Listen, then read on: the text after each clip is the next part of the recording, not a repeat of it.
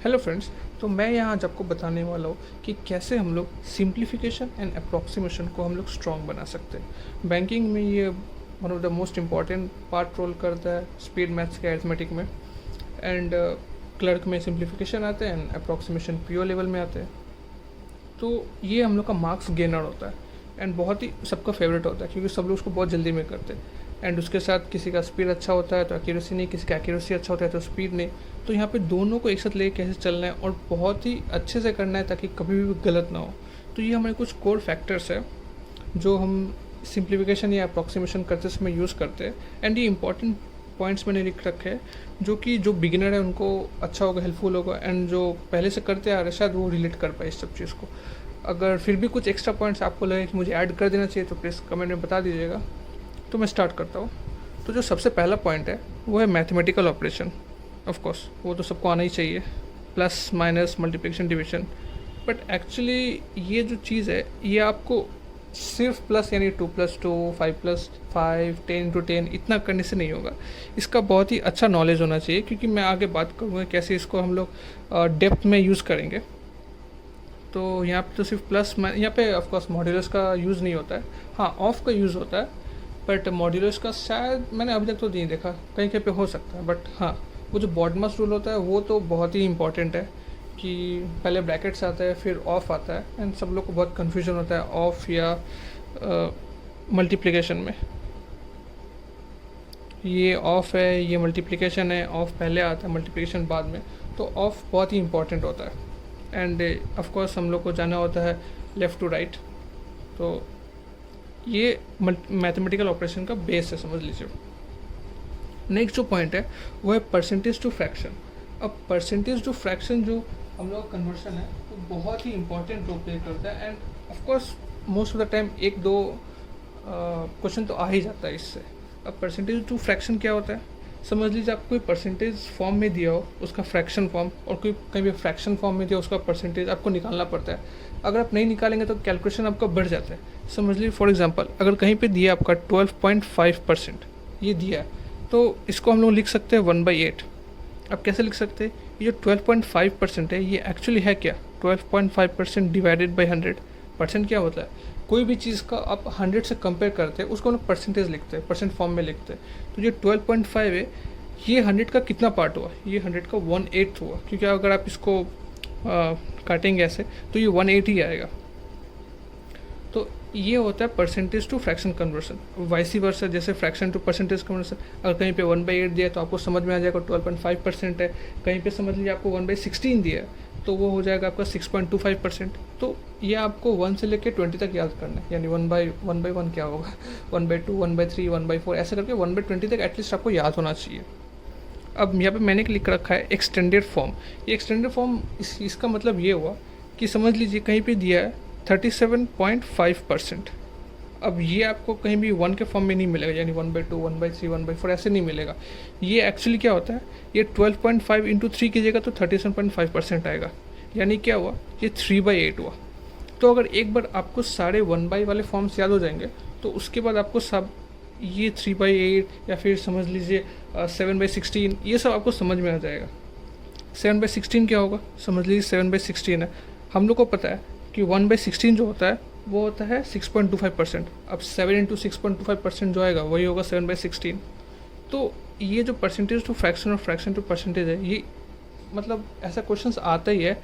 And आपको ये सब याद रखना है एटलीस्ट। इसका जो एक्सटेंडेड फॉर्म है बहुत इंपॉर्टेंट है। अब जितना सिंप्लीफिकेशन और अप्रॉक्सीमेशन प्रैक्टिस कीजिएगा उसमें आपको समझ में आ जाएगा। जो थर्ड है वो हम लोग का स्क्वायर एंड स्क्वायर रूट्स, ये जो सबसे इंपॉर्टेंट है क्योंकि ये ऑलमोस्ट हर क्वेश्चन में देखने को मिलता है, स्क्वायर और क्यूब्स। तो मैं पहले स्क्वायर में बात करता हूँ। तो स्क्वायर मेरे हिसाब से तो आपको 100 तक याद होना चाहिए। ऑफकोर्स मुझे भी 100 तक याद नहीं है, लेकिन एटलीस्ट 1 से 50 तक तो आपको मतलब क्या मुंह पे याद होना चाहिए। कि कोई भी आपको पूछ ले कि 41 का स्क्वायर कितना होता है तो आपको पता होना चाहिए वो 1681 होता है, या फिर 37 का स्क्वायर कितना होता है तो आपको पता होना चाहिए वो 1369 होता है। ऐसे करके मुझे तो 1 से 50 तक याद है। एंड 50 से 100 तक का आपको ट्रिक्स याद करना है, ये हो गया।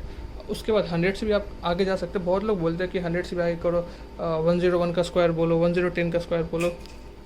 तो आप जितने तक कर, हाँ सॉरी वो थोड़ा वीडियो कट हो गया। हाँ, तो आप जितना तक भी कीजिए, आप अपने कंफर्ट के हिसाब से याद कीजिए कि आप कितना तक कर पा रहे हैं। फॉर एग्जांपल अगर आप 1 से 25 तक कर पा रहे, 25 तक स्क्वायर याद कर पा रहे तो ठीक है, उसके बाद का एटलीस्ट ट्रिक्स याद कर लीजिए, लेकिन आप याद कीजिए क्योंकि वो बहुत इंपॉर्टेंट है। स्क्वायर एंड स्क्वायर रूट्स तो बहुत ज़्यादा इंपॉर्टेंट आपको, मतलब हर क्वेश्चन में मिलेगा, एंड पीओ के लेवल में तो बहुत ज़्यादा अच्छे वाले मिलेंगे। सिर्फ क्वेश्चन ऐसे पूछ सकता है कि समझिए यहाँ पे एक्स कुछ वैल्यू दे दिया, उसका स्क्वायर प्लस वाई का वैल्यू स्क्वायर, और यहाँ पे आपको समझिए जेड का वैल्यू निकालने बोल देगा, तो आपको इन दोनों का स्क्वायर मालूम होना चाहिए तभी कर पाएंगे। तो वहाँ पे अगर आप करने बैठ गए कि हाँ 36 का स्क्वायर ये होता है, तो नहीं, आपको याद होना पड़ेगा कि वो 1296 होता है। एंड स्क्वायर रूट्स तो आपको अगर स्क्वायर याद कर लीजिएगा तो स्क्वायर रूट्स तो और भी ईजी याद करना हो तो सेम ही है। उसके बाद है क्यूब, ऑफकोर्स क्यूब भी मैं तो 20 तक याद करके रखा हूँ, मेरे को पता है 20 तक, मतलब उससे ज़्यादा मैं कभी ज़रूरत पड़ा नहीं मेरे को, एंड मुझे लगता नहीं कि उससे ज़्यादा भी आएगा, तो 20 तक मेरे को याद है। एंड क्यूब रूट्स भी सेम उसका ही, अगर क्यूब सबको याद है तो क्यूब रूट्स भी याद ही होगा आपको, तो बस 20 तक ही याद करना सही है। उसके बाद का अगर आपको लग रहा है कि हाँ मैं कर सक रहा हूँ तो ठीक है, कोई बात नहीं, अच्छा है, बहुत अच्छा है। उसके बाद आता है मोर देन पावर 2 and 3। ये मैंने इसलिए लिखा है, ये एक्चुअली क्या समझ लीजिए 2 to the power 5, ये सब लोग को एक बार में याद नहीं रहता है। सब लोग सोचते 2 to the power 2 into 2 into 2, नहीं ऐसे नहीं करना है। ये आपको पता होना चाहिए 32 होगा, या फिर 2 to the power 10, ये आपको पता होना चाहिए 1024 होगा, या फिर 3 to the power 6। ये जो पावर वैल्यू है वो ऊपर अगर स्क्वायर और क्यूब तक है तो ठीक है आपको याद होगा, लेकिन उससे ज़्यादा होता है तो सब लोग उस पर ध्यान नहीं देते, लेकिन नहीं, ये इंपॉर्टेंट है। तो ये सब आपको याद होना चाहिए। आप जितना प्रैक्टिस कीजिएगा, जितने सारे मॉक्स लगाइए या फिर जितने सारे पीडीएफ में प्रैक्टिस कीजिएगा, वहाँ पे आपको समझ में आएगा हाँ ओके ये सब आना चाहिए मुझे। 3 to the power 6, 3 to the power 8, 9, 10, या फिर 4 to the power 5, 4, ये सब एक दो बार के लिए एक्चुअली ये सब क्वेश्चन ज़्यादा आते नहीं, इसलिए हम लोग उतना फेमिलियर नहीं होते ये सबसे, लेकिन एक्चुअली ये सब याद होना चाहिए। आप सुबह सुबह उठ के एक बार जैसे ही सब कुछ एक बार देखते अपना पीडीएफ करंट अफेयर से देखते, उसके साथ ही 15 मिनट के लिए एक बार देख लीजिएगा, बस हो जाएगा। उसके बाद आता है टेबल्स। टेबल्स आपको कितना तक याद होने चाहिए? वेल एक्चुअली टेबल्स तो मुझे तो 20 तक ही याद है, एंड बचपन से 20 तक ही याद था, उसके बाद कभी ज़रूरत नहीं पड़ा, लेकिन अभी शायद मैंने और 5 बढ़ा लिया है, 24, 25 ऐसे कुछ याद है मेरे को। तो टेबल्स बहुत इंपॉर्टेंट है क्योंकि वो आपको रोज़ देखने पड़ते हैं। अगर आपको पता लगता है कि मुझे टेबल सिर्फ 12 या 13, 14 तक ही याद है, तो आप उसको रोज़ पढ़िए क्योंकि टेबल्स बहुत इंपॉर्टेंट है, बहुत ज़्यादा। ये ओरल कैलकुलेशन या मेंटल कैलकुलेशन में बहुत हेल्प करता है।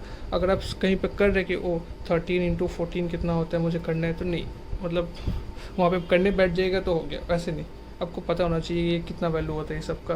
तो 25 तक मैं नहीं बोलूँगा, आप 20 तक ही याद करो क्योंकि बहुत लोग को 15 का याद होता है, 20 का याद होता है, यहाँ तक कि 16 का भी बहुत लोग याद होता है, पर 17, 18 और 19 बहुत लोग को याद नहीं होता।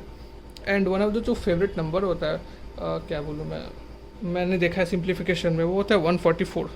तो सब लोग इसको सोचते हैं कि ये 12 × 12 होता है 144, बट एक्चुअली ये 18 × 8 और 16 × 9 भी होता है। तो अगर आप टेबल्स याद कीजिएगा तो आपको समझ में आ जाएगा हाँ नंबर्स काफ़ी फेमिलियर है, उतने दूर दूर नहीं है। आप याद अगर रोज़ प्रैक्टिस कीजिएगा या फिर रोज़ याद कीजिएगा, लिखिएगा रोज़, एटलीस्ट आप एक सप्ताह तक आप टेबल्स लिखिए 1 से 20 तक, आपको वो याद हो जाएगा, आराम से अच्छा खासा याद हो जाएगा। फिर मैं बात करना चाहता हूँ मल्टीप्लिकेशन ट्रिक्स के बारे में। तो ये जो मल्टीप्लिकेशन ट्रिक्स है इसमें मैंने 2 पॉइंट लिखा है। एक है इवन नंबर गैपिंग।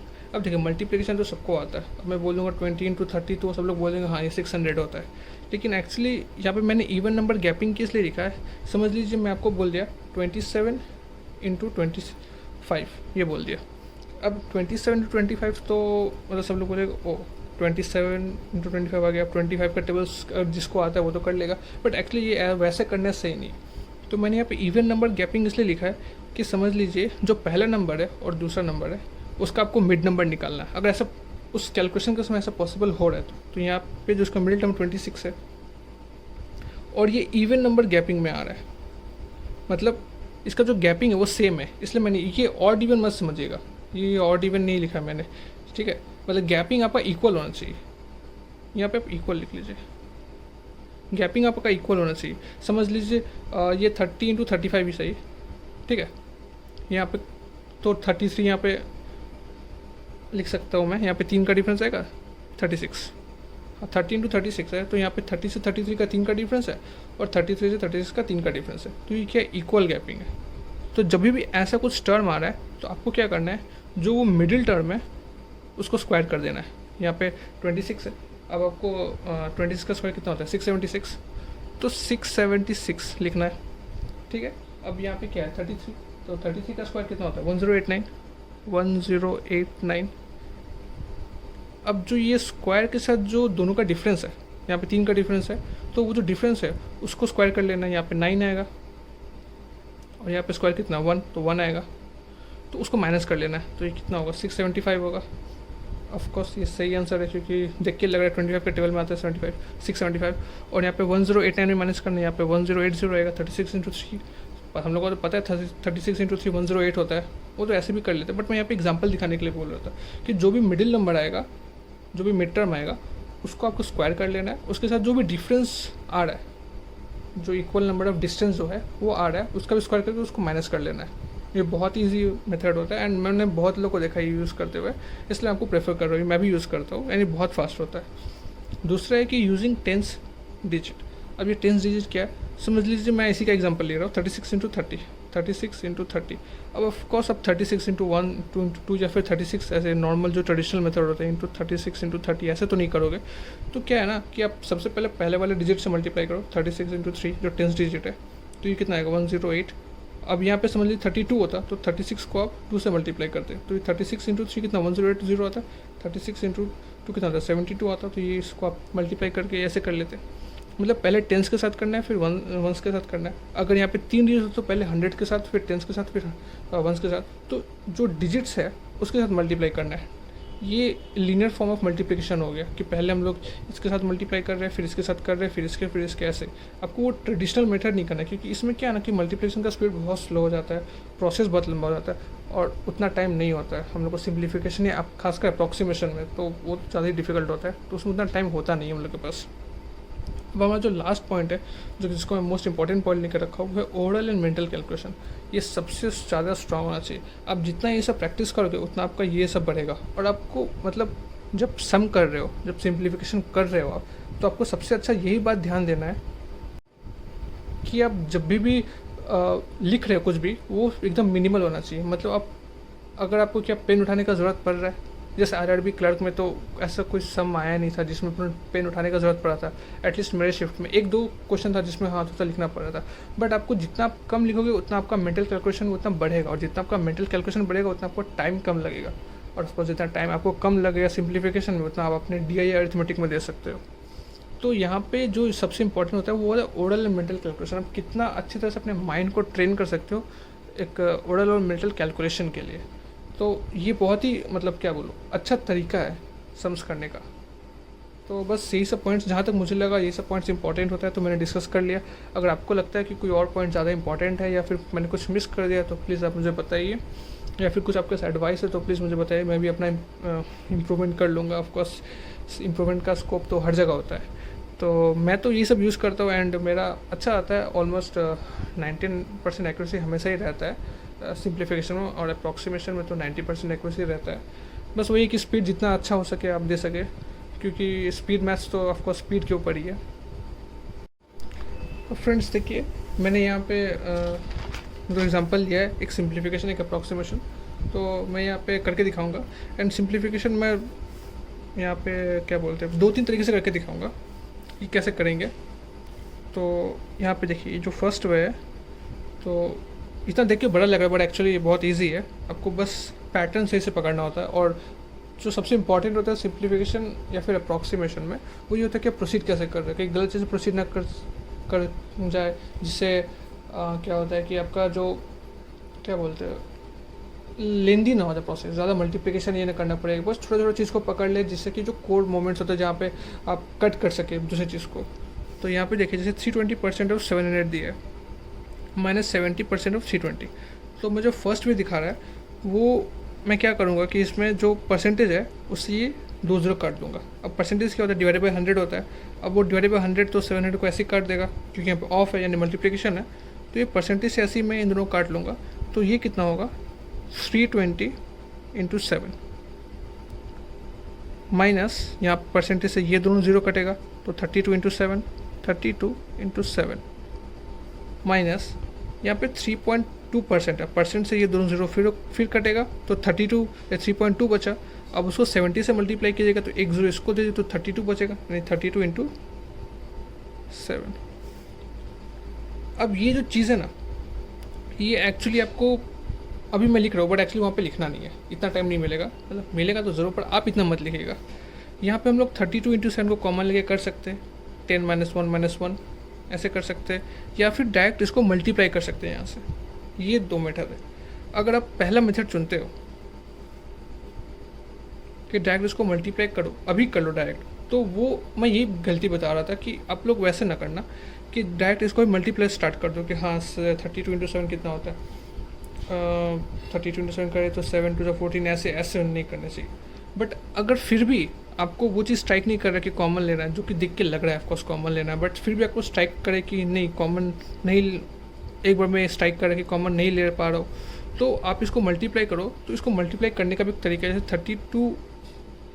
320 इंटू 7 है, तो 32 को आप हाफ कर लो और 7 को डबल कर लो, तो 32 का हाफ कितना 16 होगा और 7 का डबल कितना होगा 14 होगा।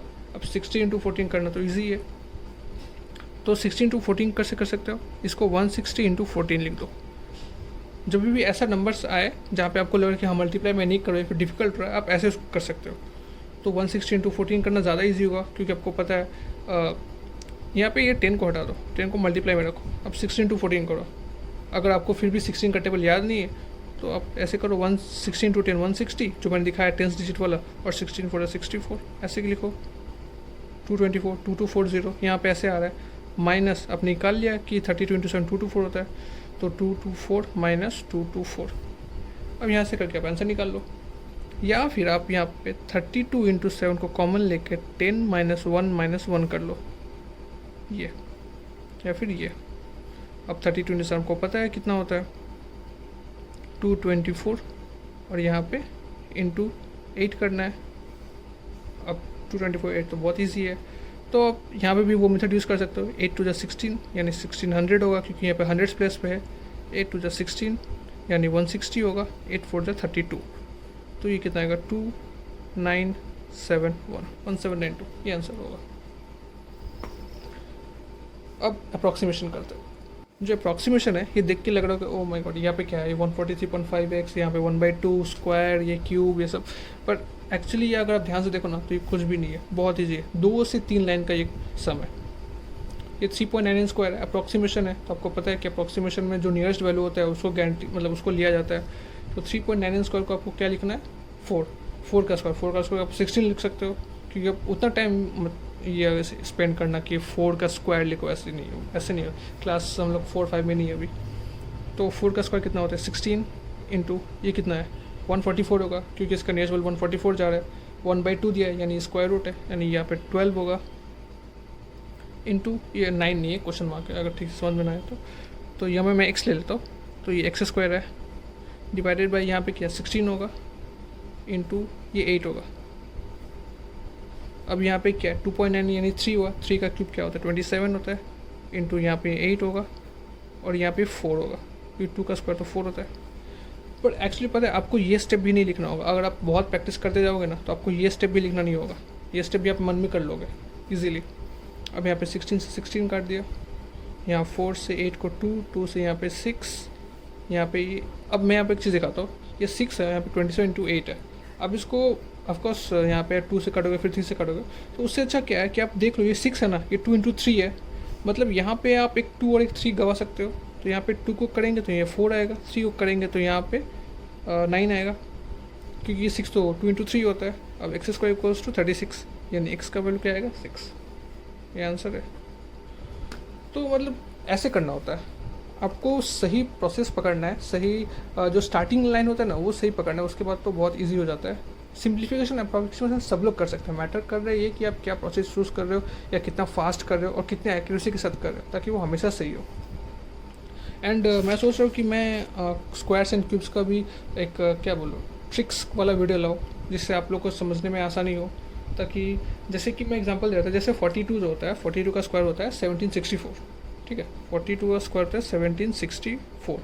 41 का स्क्वायर होता है आपका 1681, 41 का स्क्वायर होता है 1681, और 40 का तो पता है सबको 1600। तो यहाँ पे आपको क्या दिख रहा है कि जो 1600 है 40 का स्क्वायर, 41 का क्या है 16 है, 42 का 17 है। अब जो 43 का स्क्वायर होगा ना वो होगा कितना 1849। तो ये 16 17 18 ऐसे करके बढ़ते जाएगा, प्लस और यहाँ पे क्या देख रहे हैं 81, 64, 49, यहाँ पे जो स्क्वायर है वो कमती जा रहा है, मतलब 9 का स्क्वायर है, ये 8 का स्क्वायर, ये 7 का स्क्वायर, तो ऐसे करके मुझे याद होता है। तो ऐसे बहुत सारे ट्रिक्स है, तो मैं सोच रहा हूँ अपने नेक्स्ट वीडियो में वही ट्रिक्स लाओ कैसे स्क्वायर्स एंड क्यूब्स करते हैं। तो आज के लिए बस इतना ही, थैंक यू। अगर अच्छा लगा तो आप प्लीज़ वीडियो को लाइक करें, कमेंट करें, सब्सक्राइब कर ले अच्छा लगा हो तो, एंड या थैंक यू।